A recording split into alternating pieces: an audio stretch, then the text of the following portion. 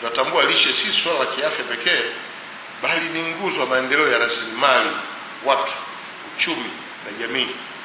Ndio maana lishe tumeipa kipaumbele cha kitaifa na kuijumuisha katika ilani ya uchaguzi ya CCM itakayoanza kutumika mwaka huu 2025 mpaka 2030, na imetamkwa pia kwenye dira ya maendeleo ya taifa ya mwaka 2050. Nchi yetu imeshapiga hatua kubwa sana katika kupunguza changamoto za utapiamlo kwa baadhi ya viashiria.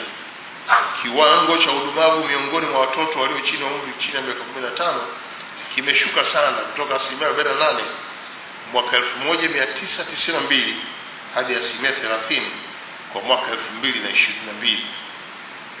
Lakini vile vile kiwango cha ukondefu miongoni mwa watoto walio chini ya miaka 5 kimepungua kutoka 5% mwaka 1992 hadi 3.2% mwaka 2022.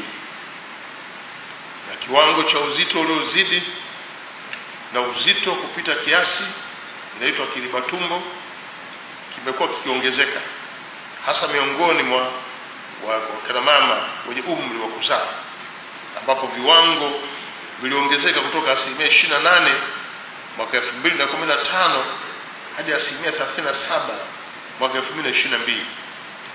Changamoto hii inaakisi mabadiliko ya ulaji na mtindo wa maisha ulioikumba sio tu Tanzania bali dunia nzima. Na sisi tumeshuhudia katika nyakati tofauti tofauti serikali zetu zikiongeza ushirikiano na wadau, kuimarisha budget, lakini kuboresha mifumo ya ufuatiliaji na kuhamasisha afua za lishe kuanzia ngazi ya taifa mpaka vijijini. Kipekee nataka nimpongeze sana Mheshimiwa Rais Dr. Samia Suluhu Hassan kwa ameendelea kuwa kinara mapambano dhidi ya utapiamlo. Kama Watanzania tuna kila sababu ya kumpongeza kwa kupokea tuzo ya Global Goalkeeper kutoka taasisi ya Gates Foundation. Tuzo hii ilithibitisha uongozi wake mahiri katika kupunguza vifo vya wajawazito na watoto.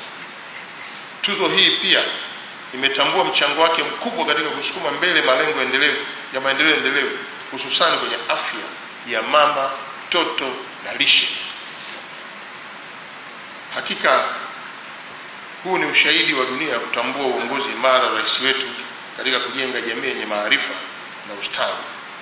Kwa napenda kuhakikishia kuwa serikali itaendelea kuimarisha mifumo ya uwajibikaji na kuhakikisha rasilimali za kutosha ili kuendeleza kazi njema ambayo anaifanya yeye Rais Dr. Samia Suluhu Hassan kwa pamoja na Mheshimiwa Dr. Hussein Ali Mwinyi kwa ajili ya maendeleo ya Watanzania wote.